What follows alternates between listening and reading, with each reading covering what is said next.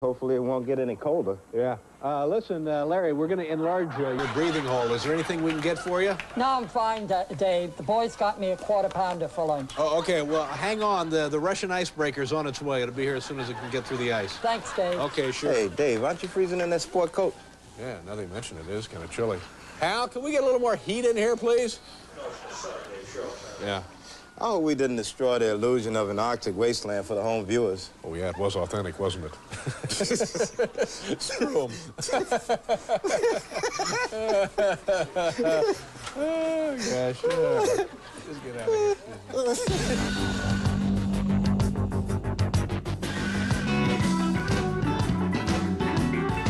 From New York, where I don't particularly like any of tonight's guests, it's Len whose first words in the coffee machine every Monday morning are, "How was the weekend, Billy boy?" Geez, I'm sick of that. Dave!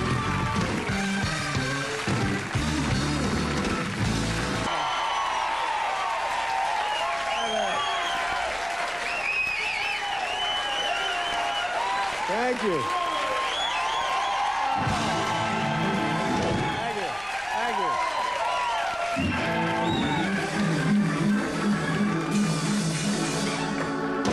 Thank you very much, ladies and gentlemen. Thank you so much. Please vote for me. Vote for me in November. Thank you so much. I had kind of a crazy weekend. I guess you're probably going to read about this. James Brown and I drove. I know.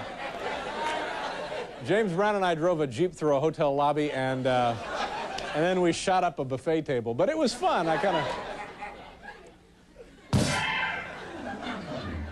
Last night, ladies and gentlemen, now you may not believe this. I went to, every year they have a big Halloween party downtown in Greenwich Village here in New York.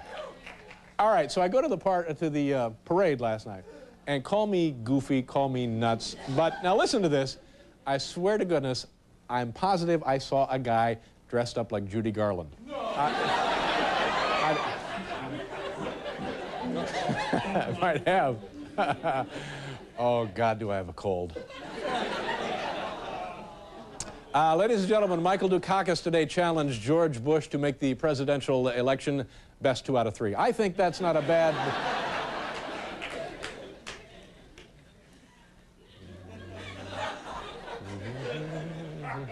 A White House physician said that George Bush is in excellent health. That wind-like sound you hear right now is America breathing a huge sigh of relief. You know, Paul, when you have a cold, your ears get plugged up, and I can't hear the tumultuous laughter and applause. So my timing is a little... Believe me, it's happening. Yeah, no, I can't... They love you out there. I can kind of feel it as a sonic wave washing over me. Yeah. But I can't exactly hear it because of this god-awful cold. This is the kind of cold that would keep kids home. This is the kind of cold that would keep 10 men home. This is the kind of cold that would keep Marines in. Not me. I'm here, buddy. And it, well, thank you for that cheap, sympathetic applause. Here's exciting news, kids. Those 2 whales, of course, have been freed from the ice up in Alaska, and today President Reagan invited them to the White House. I thought that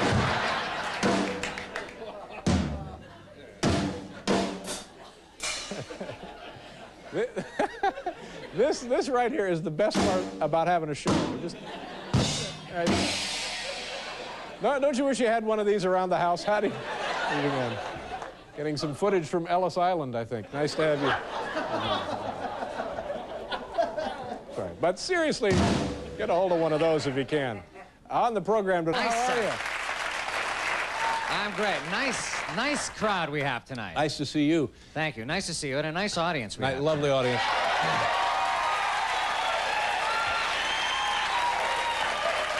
What's that? I'm sorry. That crowd we had last night, ooh. I didn't hear anything. Were they applauding? Yeah. Oh, good. They were. They love you. Did you have a good week off? No, I had a horrible week off, and I had a horrible week today. I know you're tired of people whining about things in their lives, but today, and this is a new record for me, I've been commuting from the outskirts of New York City for about 7 years now to do this program every day. I even come to work when I'm ill. And today, a brand new record. How long do you think it took me to get to work today? 6 hours. Well, no. No, I don't know. You live about an hour outside the city. That's right. Actually, it's only 40 miles. Theoretically, it ought to take you just about 35 minutes. That's right. It should. And I know you've made it in that amount of time, too. I've made it pretty quickly. When there's no traffic late at night, for my own interest, I try and lower the record. Yeah. But today, and I'll tell you the reason, it took me 2 hours to get from my door to the elevator here at 30 Rockefeller Place. I'm sorry, Paul, I can't hear them. What are they doing now? They're applauding, and laughing hysterically. But I'm coming. If you know anything about Midtown Manhattan, they're building something now on 48th Street, and they've been building it for the last, I don't know, last year, I guess. And what used to be there was a lovely green pasture and a one-room schoolhouse. That's gone. All of that's gone. That's gone. And they're putting up some high-rise adult bookstore or something. I don't know. But for one half hour, Paul, we did not move in traffic on 48th Street here in Manhattan. 1.5 hour. That's maddening. And that can be maddening. And the bad news is it gets worse between now and Christmas. From now on, it just is unbelievably awful. So don't come to the city. We don't need you. We don't want you. Let's see, is there anything else we ought to discuss? I guess not. You know, Hal, I think what would make me feel better is if we could take a look at the vice presidential candidate Dan Quayle eating lunch. Do you have that footage? Okay, see if you don't enjoy this. Paul, do we have some Dan Quayle luncheon music? All the way up to there he is down there scratching his right side of his face, and he's about to butter up a roll. Everybody else, as you can see, is paying rapt attention to the President of the United States. Not fellow Hoosier Dan. He's loading up his mouth with all kind of carbohydrates, and there he is, really digging in. Dan Quayle eating lunch.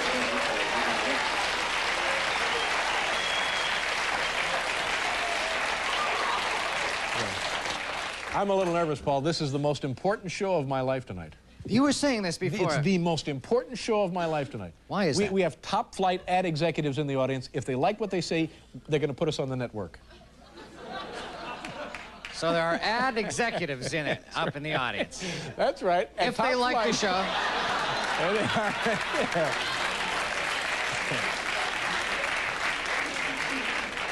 are. It might be Betty Crocker. I'm not certain, but that's right. Top-flight ad executives. You let me know when I start screaming, won't you? And if they like what they see, they're going to put us on the network. Boy, that's exciting. Well, I think we're off to a good start because the audience loves us. That's good.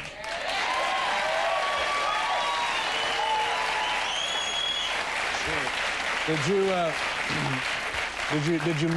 you move your clock whichever way you're supposed to move your clock? Yes, I did. Yeah, I forgot until just earlier today. And if you forget to move your clock when you're supposed to move your clocks, I fully don't understand why we do it, and I don't exactly know how it happens. But if you have forgotten to do so, ladies and gentlemen, here now is a dramatic reenactment of setting the clock. I hope it means something to you.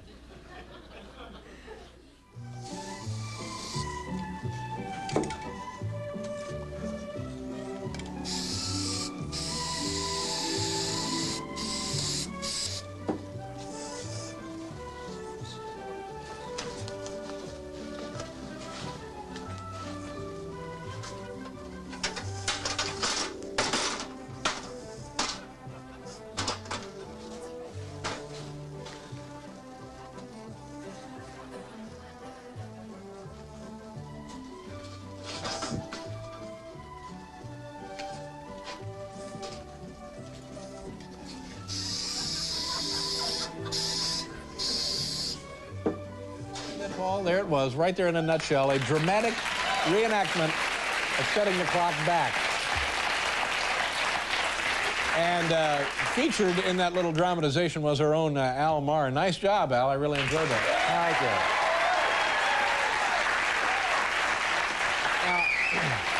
Al, I noticed there that you appear to be spraying pine cones with a white or silver paint. Now, is that some kind of a craft project, or you do that for the holidays, or is it a hobby, or what is that exactly? No, I just find it relaxing. Yeah. You got a problem? You got a problem with that, Dave? No, I certainly don't, Al. Thank you. Nice job. Okay.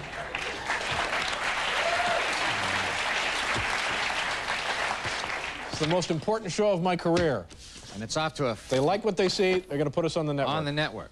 Here's tonight's top 10 list from the home office in Lincoln, Nebraska. Top 10... It's top 10 ways, the category is top 10 ways George Bush could still blow the election.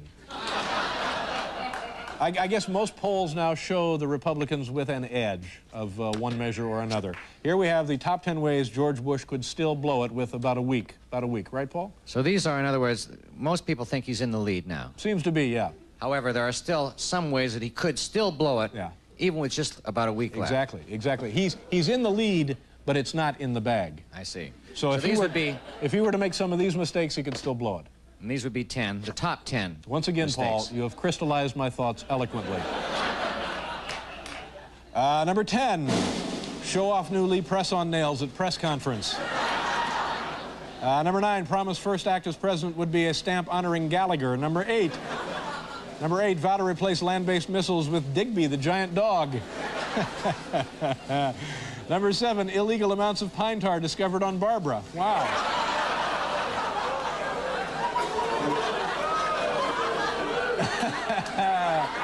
I think we've all had dreams like that, haven't we? Number 6, make last-minute whistle-stop tour strangling a puppy at every station. Number 5, his prints found on a gun next to Sam Donaldson's body. Number 4, denounce Cosby Show as stupid piece of crap. Number 3, pick Dan Quayle as vice president. Wait a minute, I think you already did that. Number 2, forget to respond to Final Jeopardy in form of a question. And the number 1 way George Bush could still blow it for the Republicans, get photographed on Ferris wheel holding hands with Al Sharpton. We'll go back to the program. Hal, in the case of any kind of letdown during the show, have the Dan Quayle eating lunch footage standing by, if you will. Hal Grunwald, our director for some 15 years, ladies and gentlemen. Did you get any trick-or-treaters? Excuse me, Dave. Yes, Hal? It's Gurney. Hal Gurney, right, Hal Gurney. Did you get any trick-or-treaters, Paul, where you live? I was in the plane Halloween. You coming back from... From L.A., coast, where I ran into Bo Diddley in the parking lot of the hotel. Uh-huh. How are his folks, Betty and Jerome Diddley? Yeah. They send their love. Bo Diddley looked at me and he said, son. Uh-huh. Yeah. I don't know why. Okay.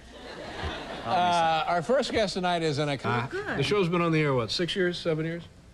Well, it's really 6, but they lie and say 5 because I only have a contract for 5, so they're lying. No, I don't understand that. How can well, they we do went that? on in March, and they're not counting that as a season, even though we did 6 shows. Oh, I see. So we're really in our 5th. This is year. our 5th year. You look great here. You have a little suede skirt on and a little black sweater. You look terrific. Thank you. This isn't radio, Dave. They can... No, I know that, but I'm describing the woman's wardrobe. I know. I have legs and some shoes. Yeah. See, folks might be out of the room preparing a snack or a beverage That's now. right, and they're listening. They have it up a little loud. Yeah, sure they are. You're right. And again, you're Kate, right? I'm Kate. Yeah, I Still got it, Kate. got it. Although I'm really playing Allie this year. I don't know what that means. Well, Allie got married and moved into a new apartment, and I moved in with her, which she moved in with me. Mm-hmm. And she got married, and she's happy, you know, sexually speaking, and I'm frustrated, which was her problem. And Right. I really think they just took old scripts and changed the names. Role reversal, then. Yeah, to get back that freshness, you know, do the old scripts, but have the other girls switch parts. Are you surprised that this show has stayed on the air? Not this show. I think we're all surprised by that. But I mean, this show. I mean your show, because situation comedies, even the best of them, it's really a long shot that they're going to succeed. Well, it is because, you know, the problems that make you funny, you think, can't this girl work that problem out? She's had 5 years to get this straight. We would stay on longer if we weren't bopped around the, you know, the powers that be. Put us on at 8, opposite Alf, and I don't think our show coincides with the same thing Alf does, you know. I think at 9 we'd do better, you know. Now we're not on at all, you know. We have no time. Oh, the show is not on? No, we're not. We're just a show. We're designated hitters. We're going to do like a Kurt Gibson and come in the 9th limping and like save the network. But are you actually videotaping shows now? We're doing them on videotape. We're doing 22. They're paying for 22 shows that they're But not... it's not on the air. We have no time for So we get the happy job of saying, sorry, Mary, you didn't get the ratings. We'll come in and take your time, Mary. I see. And then Mary will never like us again, or Dick, or whoever else we budge off. But is it possible now that people could just write in for transcripts of the show that they're not seeing? Or you could describe what we're wearing. I could do that. You could go on the air and say, work. Kate's got a cute little pink dress on and some stockings. Have you ever met the guys running CBS? I met the ones that were there when we started, but I've never met them. They're all gone now, aren't they? It's a new There's batch. nobody there at all that was there when I started on Kate Nally 5 short years ago. So, but the new batch, they're real pinheads. And they don't like us. How was your Halloween? What'd you do last night? Anything? Well, actually, I was expecting to see you. I was sure I'd see you because I went to the share party, and I know you're good friends. Yeah. What? Well, you know, I figure they party? say it's a big party. Everyone in show business is going to be there. I go, Letterman's going to be there. Yeah, right. And I was disappointed that you weren't there. Where was the party? I don't know what that was. It was like a burnt-out bomb shelter or something in the 40s. And it was... But it was fixed up gorgeously, and it was for her new perfume, Uninhibited. Now, even if somebody had a gun at your head, would you wear that stuff? Do you want to smell like Cher, is what I'm saying? Yes. No. Yeah. Well, let me just say this. She had a bunch of really great-looking guys very close to her at all times. Yeah. She's not looking too bad. No, she looks great. There's no getting around it. She looks great. But who is going to buy this stuff? Seriously, did you smell it? Did they have samples? Yeah, I got it. In fact, I almost brought it out tonight because you'd like it. It's kind of a woodsy, flowery, rich, sort of aged.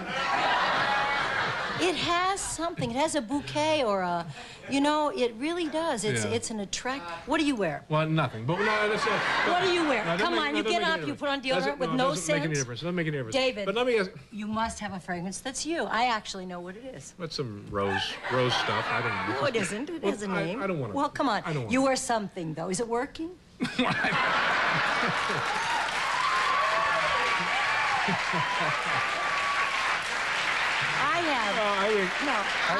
You could be the judge of that, I think. You can't smell now anyway, so you could go with it. Oh, did I tell you about this terrible cold? I heard about it.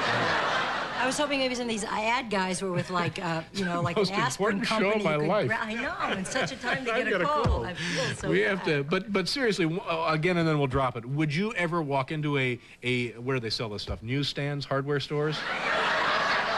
And say, give me some gum and I'll take some of that Cher stuff? If I needed it for a certain situation, I would grab it quick. It worked last night. It was a very good thing I had there because I didn't have my perfume with me. They gave me one at the You're out of lighter thing, fluid.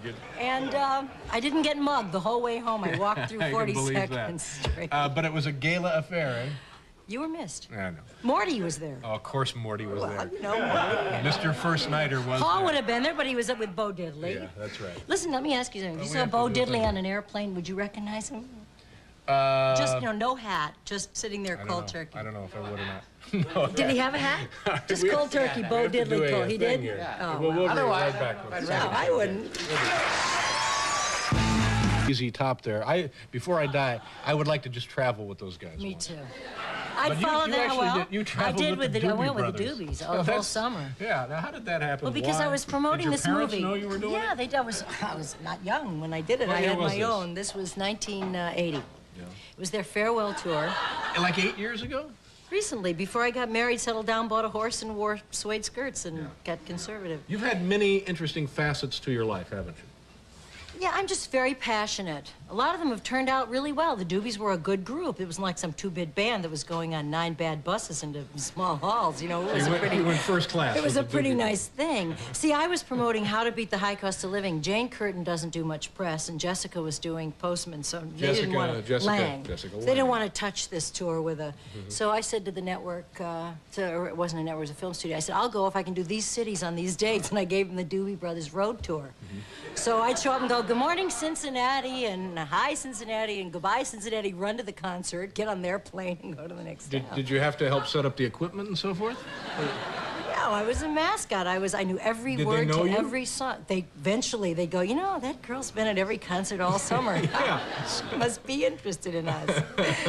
Yeah, in fact, I closed my press thing with at the end of there. It was really fun. That was their farewell Would you do it again? tour. Would you do something like that now? In a minute. Really? Yeah. Yeah. Now, what does your family think of all of this? Because now you have how many kids? Like 4 children. Yeah. You live in a very staid, conservative rural community. Very. Yeah, and I'm guessing you folks are looked up to in that community or sneered at? Which in my case, I'm sneered at. Actually, I'm a very upstanding member of the church and, the community. And well, see, that's what I was saying. You've gone through many different stages of your life. But I wasn't doing anything wrong, David. I was just going to a concert at night, singing my brains out, and going home by myself and going to bed, getting a good sleep. So how old is your oldest daughter? 16. 16. She comes to you and says, Mom, I'm going to travel with White Snake. White Snake, no, and I'd say, over my dead body. Well, sure, there you go. But if she said Huey Lewis, I'd say, well, I'll come with you. And do you like this now that this show is sold off in a syndication? If you don't want to work, you'll never have to work another day in your life. I don't want to work, David. I like to come by once in a while, just see you, because that way I won't get fat. I kind of fear... This keeps you from getting fat? Well, yeah, if someone says we're going to be pointing a camera at you for 22 weeks, you go, oh, God, I won't eat that brownie, I'm kind of... But if you'd sign a deal with me, long-term deal, 4 appearances a year, I'd get some fresh stories. We can do that. I'd stay in shape, and then I would pretty much basically... I'm sorry, did you say fresh stories? You got it. You got it. New material. It could get boring if we always talked about, were you Kate or Allie, and what are your kids' names? I said, oh, my God. But have you ever been fat? Well, I was 185 pounds when I had my last baby. Oh, well, you're pregnant. Yeah, but he only weighed 7 pounds when he was born. That left me up in the high 70s. You were 170?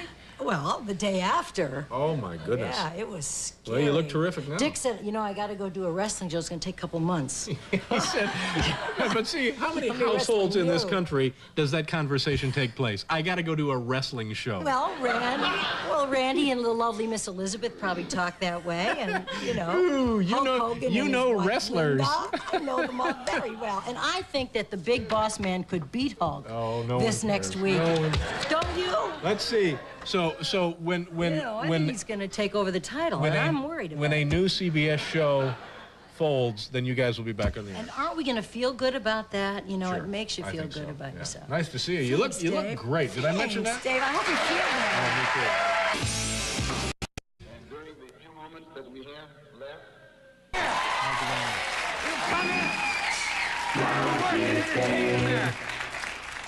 Despite the fact that it feels like my head wants a bus open. Tomorrow on the program, Dean Stockwell will be with us. News Tonight show, okay? Your spoiled babies. Here we have some prepared comedy for you. Every time there's a seasonal change in New York City, we like to give you a little quiz on the events and lifestyles and happenings of our fine town. Our first question tonight, A, these are trash containers, B, construction dumpsters, C, studio apartments renting for $1,500 a month. Number 2, this officer that you're looking at here is A, calling for backup, B, reporting an accident, C, phoning ahead for donuts. Number 3, here we see a tourist pausing for refreshment, a shopper taking a coffee break, Barbara Bush at OTB.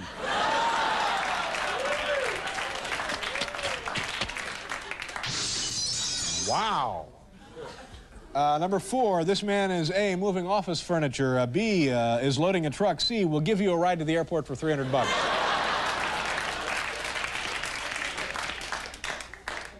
Feel like my head wants a bus open. This man is A, a country western musician, B, a trucker between jobs, C, homeless since Roy Cohn died.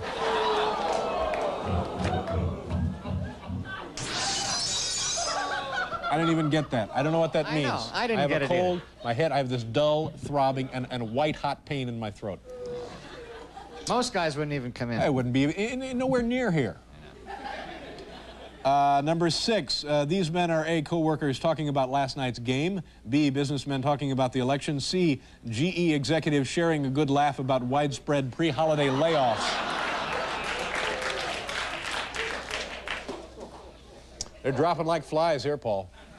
They are. Yeah, these GE ogres are squeezing every last dime out of this place. It's rough. Number 7, this New York driver is A, checking his spare tire, B, checking his backup lights, C, removing the body before returning the rental car. After seeing this man is actually delivering some flowers, we are A, ashamed, B, apologetic, C, still convinced there's a body in the trunk and that the flowers are stolen.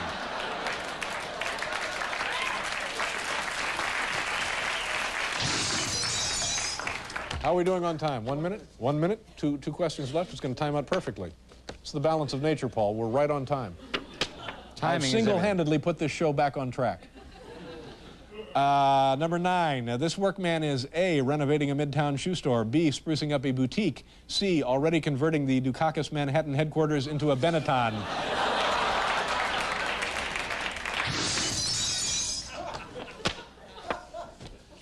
How much time do we have for the last one? 30 seconds. This, Paul, is a lesson in broadcasting. One little joke left. How much time? 20 seconds. 20 seconds. Here we go. It's going to work out perfectly. Now, this is, correct me if I'm wrong, but this is an important show for you. This is the most important show of my life because we have top-flight ad men in the audience, and if they like what they see, they're going to put us on the network. Where are we now? What are we doing now? Oh, we're out of time now. I'm sorry. Number 10, this man is A, waving to a friend, B, singing a folk song from the old country, C, helping to land a Continental 737.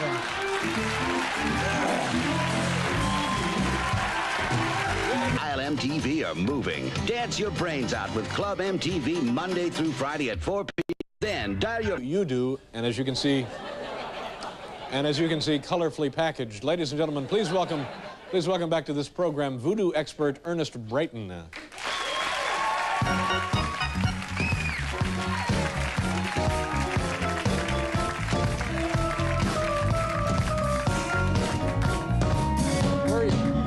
Where are you from, sir?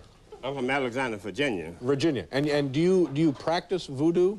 All the time. What exactly is, what is voodoo? Voodoo is something, it's a living life itself, within itself. Right. It's been... it's a force. It's a power. It's a force. It's a power. Is it part of the occult? It's part of the occult and part of life, period. But I want to ask you one question. Sure. What color is this? That would be orange, kind of red, orange. Well, I would go along with the red, but the reason I ask you this, because, you know, the last time I left you, you was kind of confused. So I want to make sure you're all right. I'm fine now. You're all right now? Well, good. That's what I want to know then. Yeah, you're a little confused. All right, okay. What was I confused about last time? You was confused about what was happening to you.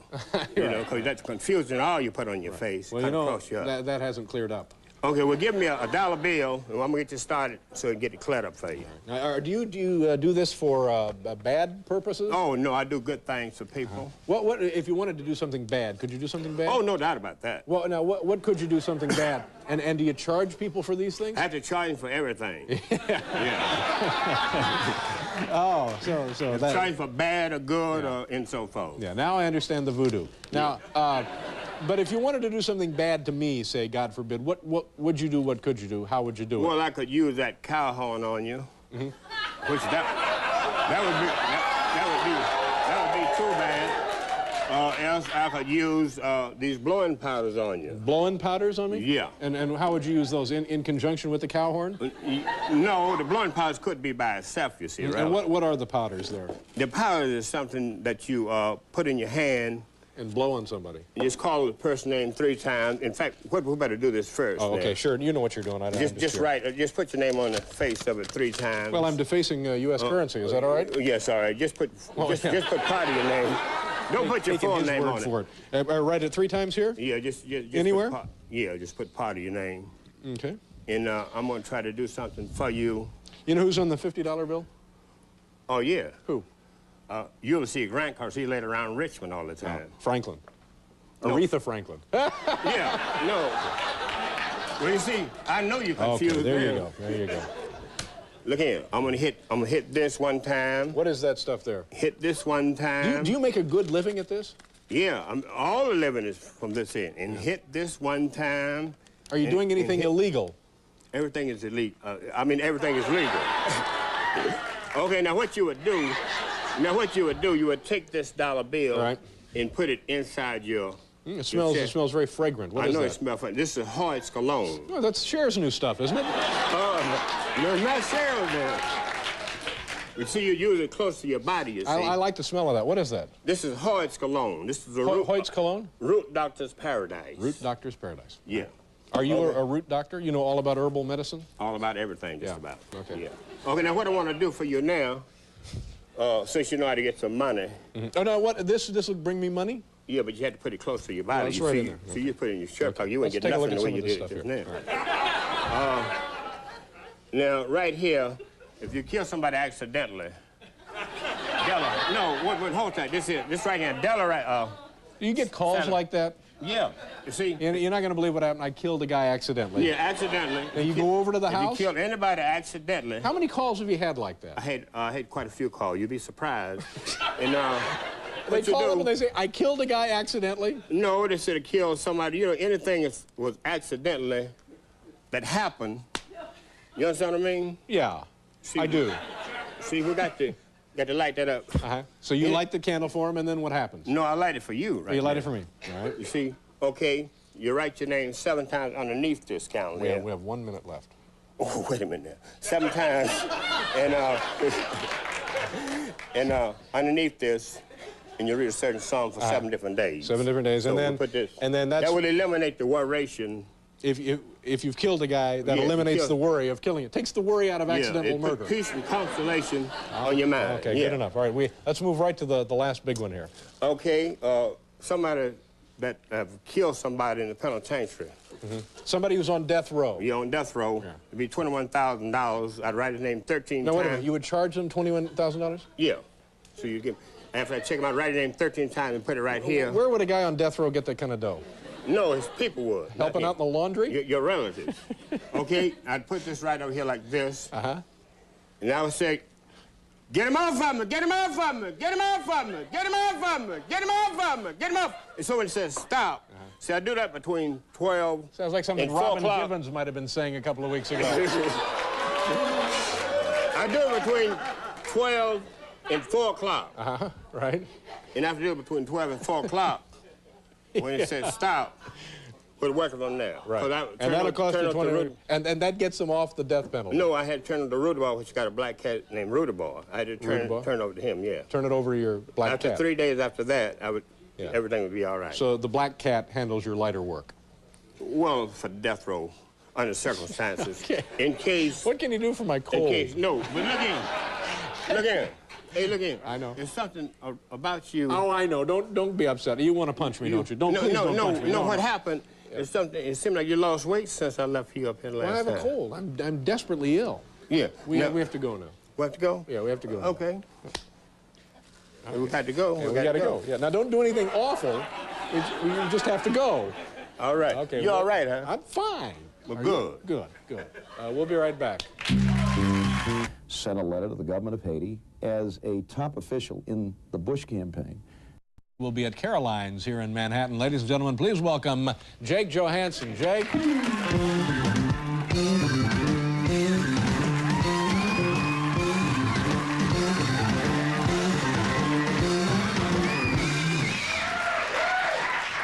Hi. Thanks very much. I'm very excited to be here. I just got a credit card also, so that's very exciting to me.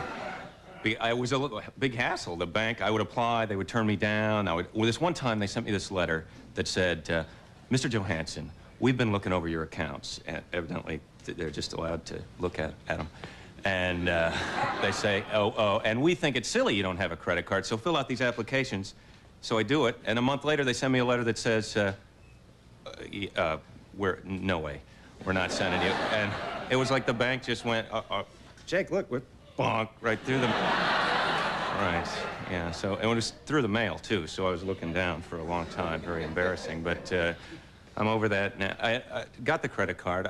We just had a bad garage sale, though, also, so that's a bad experience for me. I never have one of these. I don't know, if you've never had one, the whole idea of it is you get your garbage, take it in front of your house, and then sit with it all day.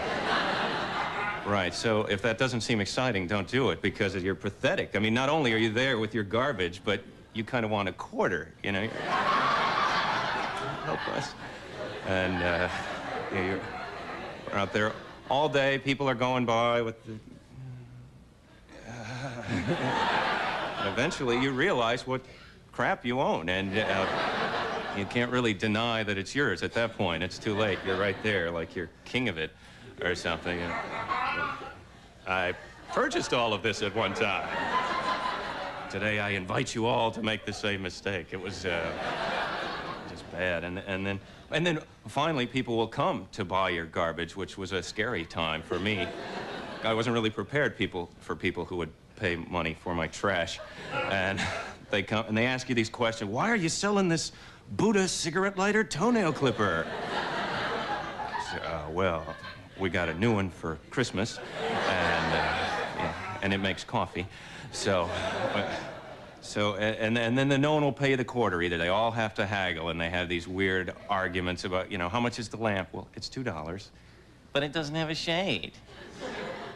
That's why it's $2. Get out of my yard. Just chasing people away. And then finally, the day goes on, I get more incensed. Finally, about 3 in the afternoon, I've got $2.38, and all profit. And I am just fuming. I'm marking things down by then, you know. Well, I'm selling down to the bare lawn. Everything must go. And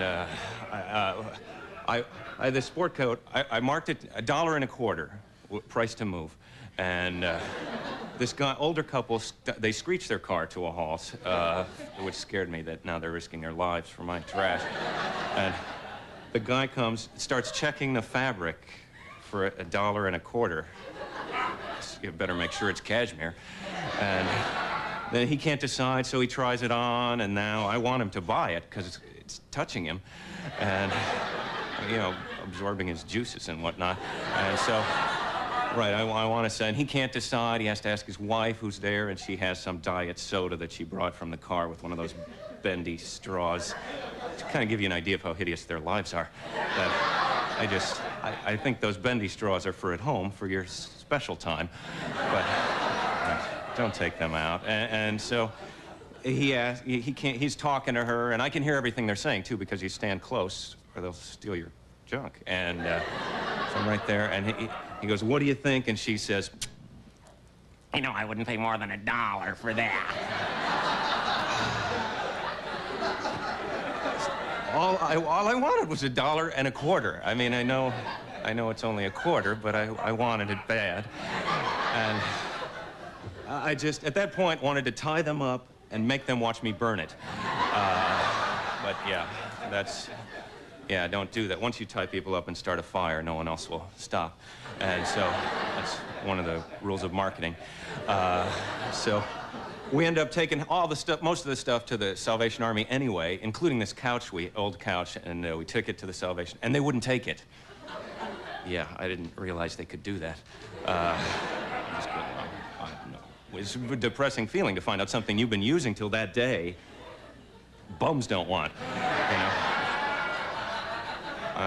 I don't see how we could sit on that. So then we have to take it to the dump, and where's the dump? Nobody knows. I know now how to find the dump if you ever need to go.